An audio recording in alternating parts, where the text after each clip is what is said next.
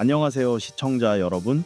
맨체스터 유나이티드 팬들은 이번 주 초 프리미어리그 13라운드에서 크리스털 팔라스를 상대로 극적인 역전승을 거둔 후 활기찬 하루를 보내고 있을 것입니다.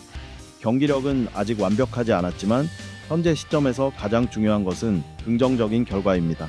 이번 승리로 화이조는 시즌 남은 여정을 향한 상승세를 유지하게 되었습니다.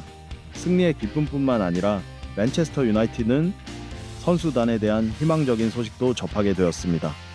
영국 언론인 맨체스터 이브닝 뉴스와 스카이 스포츠에 따르면 현재 부상 회복 중인 핵심 선수들을 포함해 주요 멤버들이 이번 주 중 웨스트햄 유나이티드와의 홈 경기에서 복귀할 가능성이 높다고 전해졌습니다. 또한 저희는 시청자 여러분께 경기장 외 소식도 함께 전해드릴 예정입니다.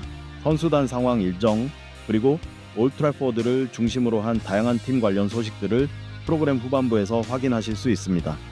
마지막으로 2025년 한 해를 마무리하며 모든 시청자 여러분이 목표한 바를 이루고 성공적인 연말을 보내시길 기원합니다.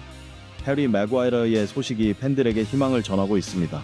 토트넘 핫스퍼와의 경기에서 입은 부상에서 완전히 회복한 맥과이어는 곧 경기장 복귀를 앞둔 마지막 회복 단계에 있습니다. 레니 요로의 기대 이하 경기력 이후 맨체스터 유나이티드 팬들은 맥과이어가 빠르게 돌아와 화이조의 수비를 강화해 주기를 기다리고 있습니다. 또한 그의 복귀는 등번호 15번을 달고 있는 젊은 선수에게 자신감을 되찾을 수 있는 기회가 될 것으로 기대됩니다. 다음은 벤자민 셰시코의 상황입니다. RB 라입직 출신 신예인 셰시코는 웨스트햄 유나이티드와의 경기에는 출전하기 어려울 것으로 보이지만 팀 코칭 스태프에 따르면 부상이 심각해질 조짐은 없으며 회복 과정은 계획대로 진행되고 있습니다. 셰시코는 12월 중순쯤 복귀할 것으로 예상되며 맨체스터 유나이티드 공격진에 다양한 옵션을 더해줄 것으로 기대됩니다. 비록 팀에는 여전히 개선할 부분이 많지만 크리스털 팔라스 전 승리는 루벤 아모림 감독과 선수단에게 중요한 정신적 전환점이 되었습니다. 선수단 관련 긍정적인 소식들은 이번 주말 경기 결과를 더욱 완벽하게 만드는 요소로 작용했습니다. 이제 팀은 기쁨을 뒤로하고 다가오는 금요일 새벽 웨스트햄 유나이티드와의 맞대결에 집중할 시간입니다. 맨체스터 유나이티드 파인들에게 기쁜 소식이 이어지고 있습니다. 크리스털 팔라스와의 경기 직전 감독 루벤 아모림은 마트스 추나가 웨스트햄과의 프리미어리그 14라운드 경기 출전을 위해 회복할 가능성이 높다고 밝혔습니다. 곧바로 팬들은 브라질 출신 스타의 SNS로 몰려가 그의 건강 상태를 확인했고 맨체스터 유나이티드의 10번 선수 역시 캐링턴 훈련에서 입은 비교적 큰 부상 이후 회복 과정을 솔직하게 공유했습니다. wolverhampton 출신 신예의 추나하는 공 감각을 점차 되찾고 있으며 곧 그라운드로 돌아올 예정이라고 전했습니다. 치지가치가 최근 득점을 올렸지만 팬들은 퀘이조의 경기 내용을 보며 여전히 마트스의 복귀를 기대하고 있습니다. 그의 합류는 비라이언 엠비모와 메이선 마우와 함께 공격 삼각 편대를 완성시키고 보다 다양한 공격 옵션을 제공해 프리미어리그에서 두 번째 연승을 노리는 데 큰 힘이 될 것으로 보입니다. 믿기 힘든 통계가 메이선 마운트와 관련해 나왔습니다. 메이선 마운트가 프리킥으로 골을 성공시키며 맨체스터 유나이티드가 크리스털 팔라스를 상대로 극적인 역전승을 거둔 순간 팬들은 환호를 금치 못했습니다. 부상에서 완전히 회복한 후 처음으로 선발 출전한 이번 경기에서 잉글랜드 미드필더 마운트는 인상적인 활약을 펼치며 큐이조의 공격진 운영을 매끄럽게 만들었습니다. 게다가 그는 직접 득점까지 기록했습니다. 하지만 주목할 점은 이번 두 이글스와의 경기가 마운트가 나하 하트추와 엔풍 기약 5로 이적한 2023년 여름 이후 처음으로 풀타임 90분을 소화한 경기라는 사실입니다. 연이은 부상은 툴번 선수의 체력과 경기력에 큰 영향을 미쳤습니다. 루벤 아모림 감독이 올드 트래포드에 부임한 이후 마운트는 감독이 구축한 익숙한 3-4-2-1 시스템 속에서 진정한 부활을 맞이했습니다. 이는 미드필드에서 팀에 질 높은 옵션을 추가할 수 있게 만들었습니다. 1999년생인 마운트 본인도 맨체스터 유나이티드 유니폼을 입고 풀타임 경기를 소화하기까지 2년 이상 기다려야 할 줄은 몰랐다고 인정했습니다. 출전 시간은 아직 기대만큼 많지 않지만 그의 기여는 분명히 팀에 긍정적인 변화를 가져왔습니다. 이제 메이선 마운트는 체력 문제를 해결할 경우 이번 시즌뿐 아니라 향후 맨체스터 유나이티드의 핵심적인 연결고리가 될 것으로 확실히 기대됩니다. 비루노 페르난데가 인상적인 기록을 세웠습니다. 크리스털 팔라스 전에서 두 차례 어시스트를 기록한 비루노 페르난데는 폴 스콜스를 제치고 맨체스터 유나이티드 역사상 최다 어시스트 4위로 올라섰으며 클럽에서의 총 어시스트 수는 56회가 되었습니다. 이제 맨체스터 유나이티드의 주장 비루노 페르난데스는 다음 목표를 향해 나아갑니다. 바로 전설적인 데이빗 베컴의 기록 약 80회의 어시스트에 도전하는 것입니다. 이번 시즌 MU의 공격력이 아직 폭발적이지 않다는 점에서 쉽지 않은 도전이지만 이는 포르투갈 미드필더에게 큰 동기부여가 되고 있습니다. 현재 비루노 페르난데스는 이번 시즌 프리미어리그 어시스트 부문 선두를 달리고 있으며 그라닛 엑사카, 잭 그리올리시, 모하메드 쿠두 등 주요 선수들을 제치고 있습니다.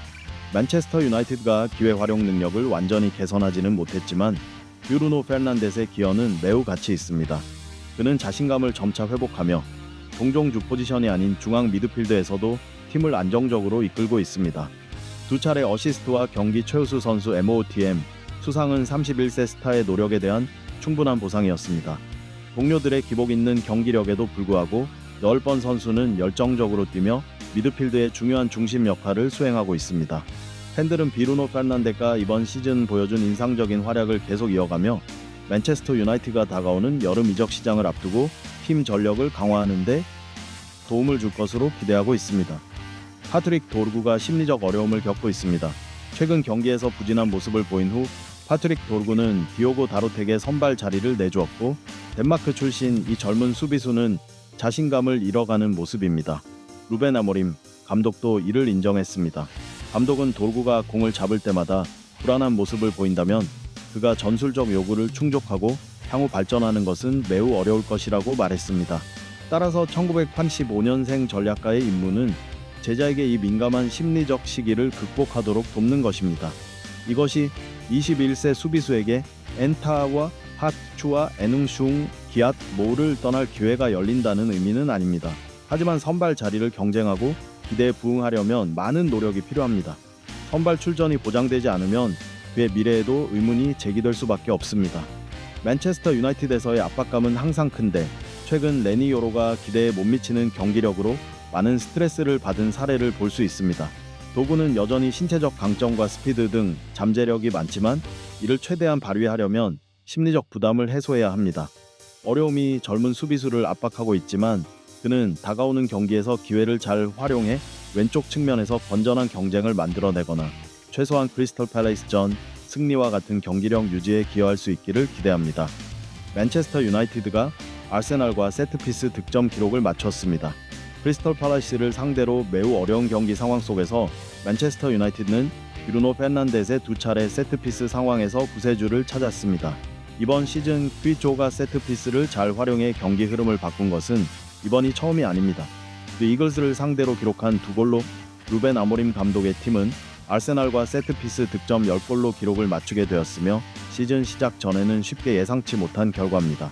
과거 프리미어 리그에서 런던의 피아사오2 아스날은 세트피스 활용 능력의 모범으로 여겨졌습니다. 그러나 이번 시즌 상황은 달라졌습니다. 아스날은 맨체스터 유나이티드를 상대로 신중할 수밖에 없으며 특히 루벤 아모림 감독이 큰 경기에서 승부를 결정할 세트피스 전술을 강화하려고 목표를 세운 상황입니다. 과거 맨체스터 유나이티드는 코너킥이나 직접 프리킥 상황에서 무력하다는 평가를 받았습니다.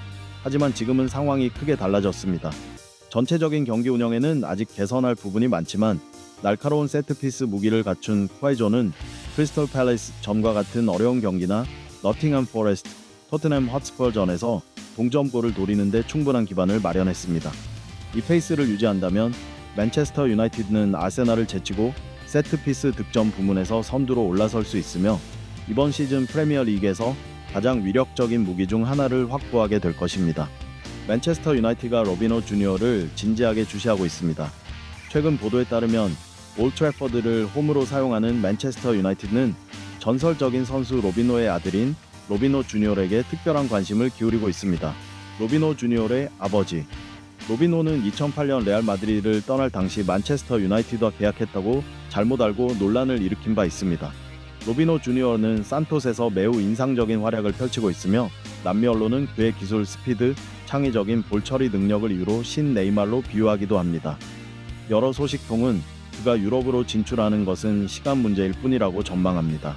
처음에는 남미에서 나온 소문으로 보였지만 ESPN에 따르면 맨체스터 유나이티드 스카우트 팀은 지난 1년 동안 이 젊은 선수를 주시해 왔으며 이적 시장이 열리면 적극적으로 움직일 준비가 되어 있습니다.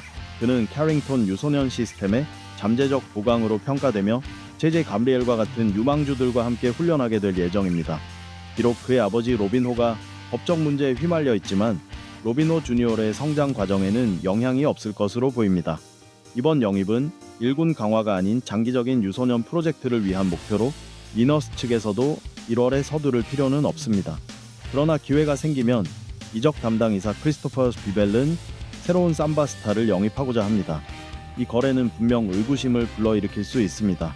에테보알, 첼시나 마토스 쿠냐, 맨체스터 유나이티드 등 브라질 출신 선수들의 성공적인 활약을 보면 삼바 출신 유망주들이 프리미어 리그에서 기회를 잡을 가능성이 높아지고 있음을 알 수 있습니다. 시청자 여러분, 지금까지 The Tao 247회 콘텐츠를 시청해 주셔서 감사합니다. 여러분의 의견을 아래 댓글로 남겨주시면 감사하겠습니다. 이 영상이 마음에 드셨다면 좋아요, 라이크와 구독, 서브스크라이브, 알림 설정까지 잊지 마시고 The Tao 247의 최신 영상을 놓치지 마세요. 진심으로 감사드리며 다음 뉴스에서 다시 찾아뵙겠습니다.